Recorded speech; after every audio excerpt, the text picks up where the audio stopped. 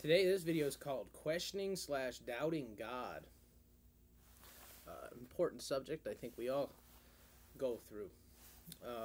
As always, this isn't a video you need to watch. It's just me speaking, so you just put it on, as you would a radio program or something like that. I don't demand your full sensory attention. It's good to work with your hands while contemplating such subjects. As a further message, I'm going to be putting out a lot of material over the next couple weeks or so before basically building my YouTube channel up, so there's a lot of material on there. And then also I'm just like planting seeds like crazy right now. It's been impressed upon me that it's a time of growth. It's spring, right? It's early spring. It's time to get planting.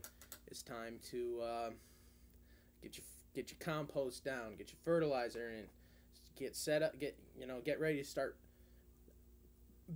taking care to bear fruit for the year. So I'm going to be putting out a lot of material, and then I'm going to basically stop so that I have my channel built up, and then I can go about the rest of my business and refer people to that, and there will be a bunch of material that can be viewed. So I'm going to be doing a lot of videos over the next week or two as the weather is still kind of crappy, and then it's going to tail off. So I'm not going to be an annoying Facebook troll, but for the next couple weeks I'm going to be a little busy making videos, stuff like that. So, into the video, questioning and doubting God. Well, I guess I'll start with, I have an outline here. I'm going to start at the bottom of my outline. If you know me on a very short time scale, you might think that I'm just some naive Christian fool who's never questioned what he learned as a child in church. I get that a lot. Nothing could be further from the truth. Not but 7 years ago, I identified as an atheist. I used to share the memes comparing Jesus to all the other Mediterranean gods and say, oh, it's proof that Jesus didn't exist, even though most of the details of those myths are made up just to try to slander Jesus. I had years, I grew up as a Jew, went kind of atheist, agnostic, whatever, one foot in, one foot out, shifting one way or the other, constantly. And, as I was kind of becoming a family man, I looked at a lot of different religions. And when I came to faith, true, like, obedient, living faith, 4 years ago, it's been questioning up and down, this, that, and the other, every step of the way. That's the reason why I am so passionate about this stuff, because I have questioned it basically to the nth degree and found it to hold up. So I'm very passionate about it because it is the truth. It is the righteous cause. It is the just cause. So that my passion is born of questioning. My passion is not born out of fear or self-agenda. It's born out of passion for what has saved me. I love, the truth has set me free, and I love the man who came and set me free. So, the God. So that's that. Our world system, the civilization, Babylon, is fundamentally set against God. So, as children, everything we learn in public school system is fundamentally engineered to warp the mind away from God and from what is taught in the Bible. As it is written, the whole world lies in the grip of the evil one, and Satan deceives all the world. Yes, so see, if you watched yesterday's video, this is part of the war that we're fighting.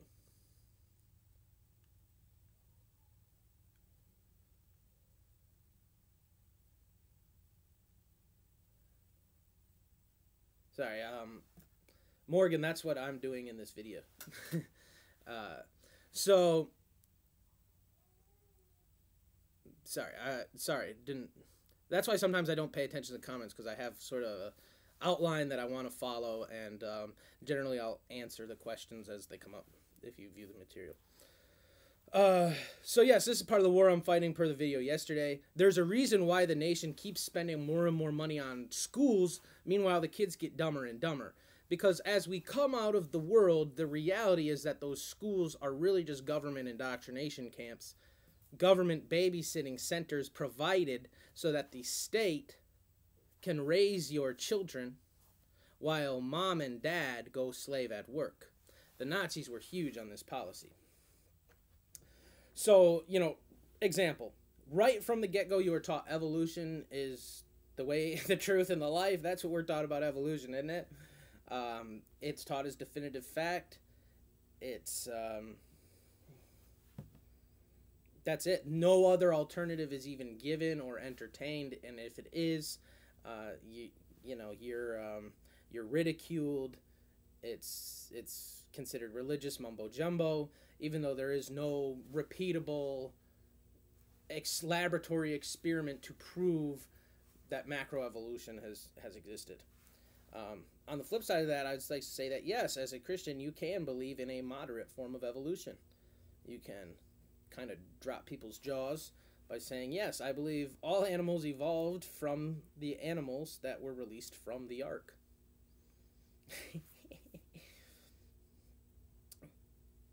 So, questioning and doubting God. How the mainstream religious denominations treat it. Well, just to speak frankly, many of them do not know God, which is why they are afraid when you question, because they don't know. They can't explain why they believe what they believe. It's just what they were taught, and it feels good, and it's comfy. So, Morgan, I guess I would just like to say, if you have any specific questions, you feel free to leave them, and I'll try to answer them as I can. However, there's plenty of proof of God if you do dig around and seek in truth, and you will find. I can guarantee it. I was atheist for many years. But back to the outline. I think a lot of times the religious denominational types only know their traditions, which often don't stand up to Scripture. So that's why they're afraid of any sort of questioning.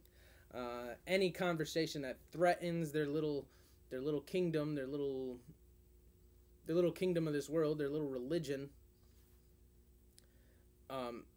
is shut down basically by pastors teaching people that knowledge puffs up and that it's much better to have an ignorant, simple faith.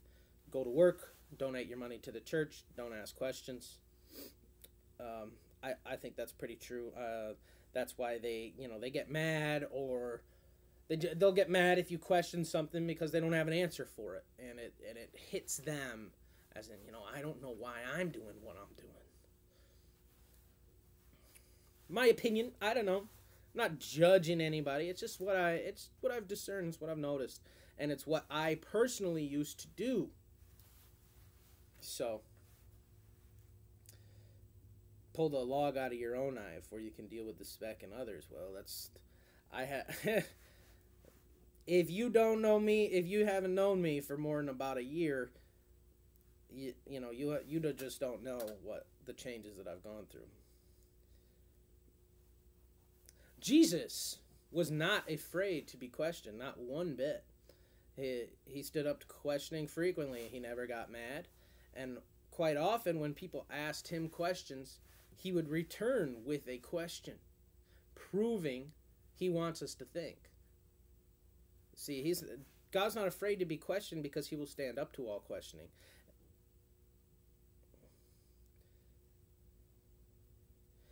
Further in the Bible, after, Paul, it says something about you're being I can't remember what it says, but part of being saved is having your mind transformed. I believe it was Peter who wrote, let your reasonableness be known to all.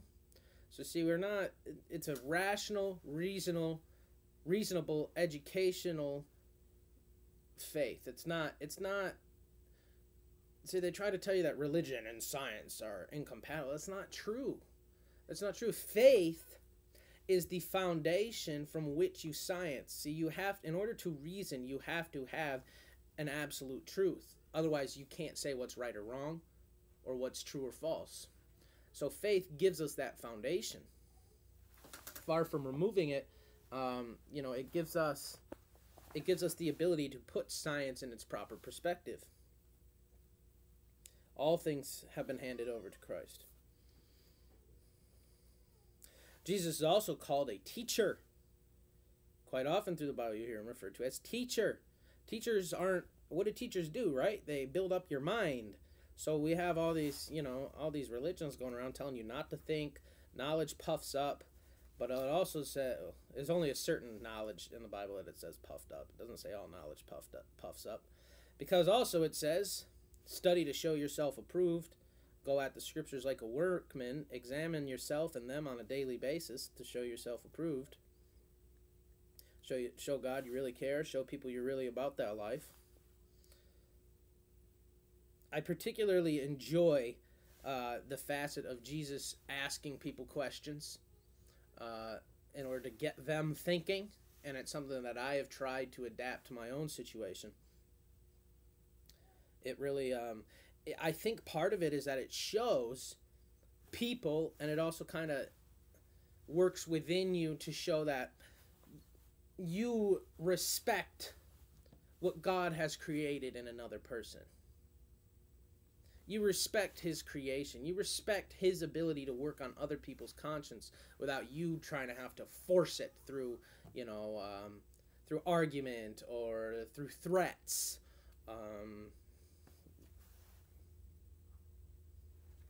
Not being prideful and thinking that, only I get this. You're too stupid. Was there never a time where you didn't understand something and then you came into learning?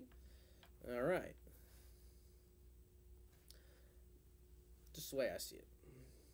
God, if you will but soften your heart and open your mind and accept what that small, still voice in the back of your head says, he will use your questioning to prove himself all the more. So the more you question, the more answers you're going to get. That's why I, have been blessed with the wisdom and knowledge I have been blessed with. It's not really of my own accord. It's because I asked God, I said, why? What this doesn't make? Well, okay, here are the answers. It might not come as a voice in the clouds. It might be a small, still voice, and it might not come immediately. It might take time. For in your patience possess ye your souls. But if you seek in truth and if you knock, it will be answered. If you knock, he will answer. But he's going to answer according to his will. So you have to remove yourself from your sight, your idol of how you think things ought to be, and accept his ways. Accept his truth. Accept his life instead of trying to implement yours on him. We want to create, people say, oh, well, if God was really God, he'd do this or he'd do that. No, that's your idol of what you want God to be.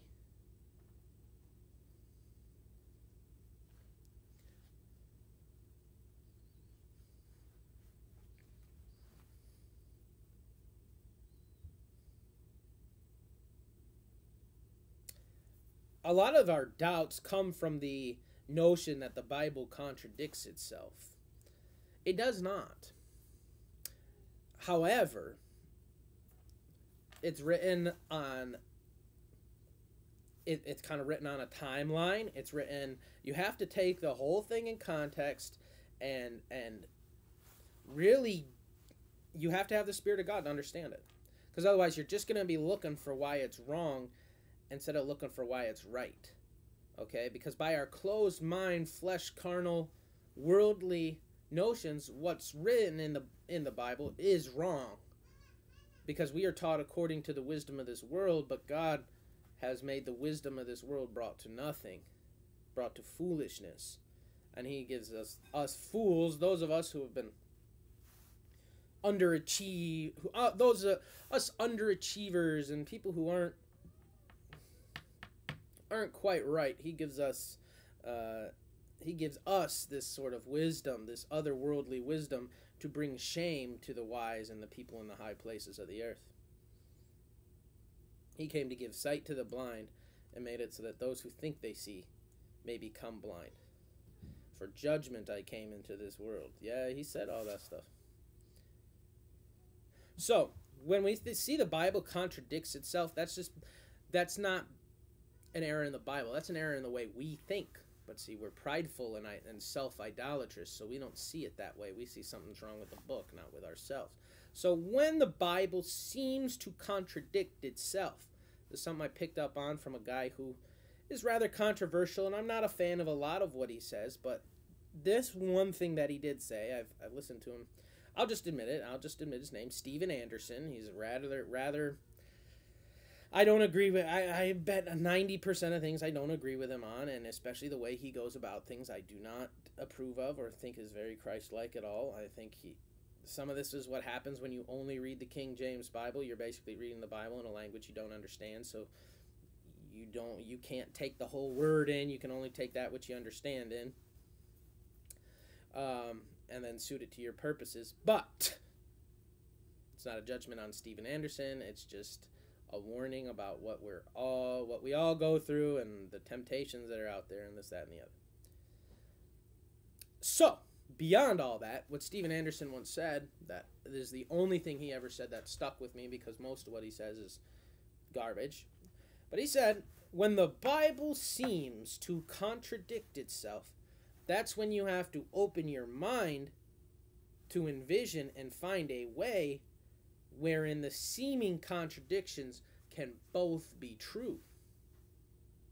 See, that's when we have to, when our carnal, closed mind, quote, science, quote, limited reasoning based on our own experience and what we've learned, gets challenged by the spiritual, divine knowledge that comes from above. And so I say, oh, no, that's wrong. No, your mind is just too narrow to see it currently. But if you seek in truth, you'll find. If you get, look, we love to ridicule the power of prayer in the society, but I'm going to just flat out say it. Like it says in the book, you get on your knees, you ask God for wisdom, he's going to give it to you. You ask him for knowledge, he's going to give it to you. You ask him for these things, he will give it to you. Yes, it's an indwelling, real relationship, not some dead religion. I don't promote some dead religious cult or organization. I promote you getting on your knees and saying, God, speak to me. Yeah. Not to go put some money in the pocket of some 501c3 religious corporation. That's not what I'm here to do. I'm here to encourage that indwelling relationship. Yes, that God will talk to you. Yes. You can call me crazy all you want. That's fine. I'll let my work speak for itself.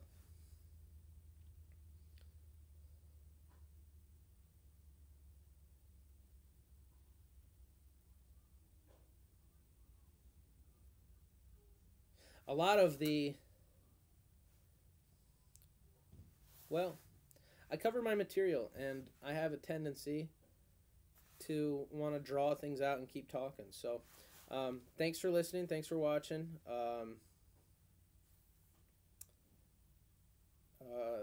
God bless, and I'm going to be doing another video. I'm planning on maybe tonight.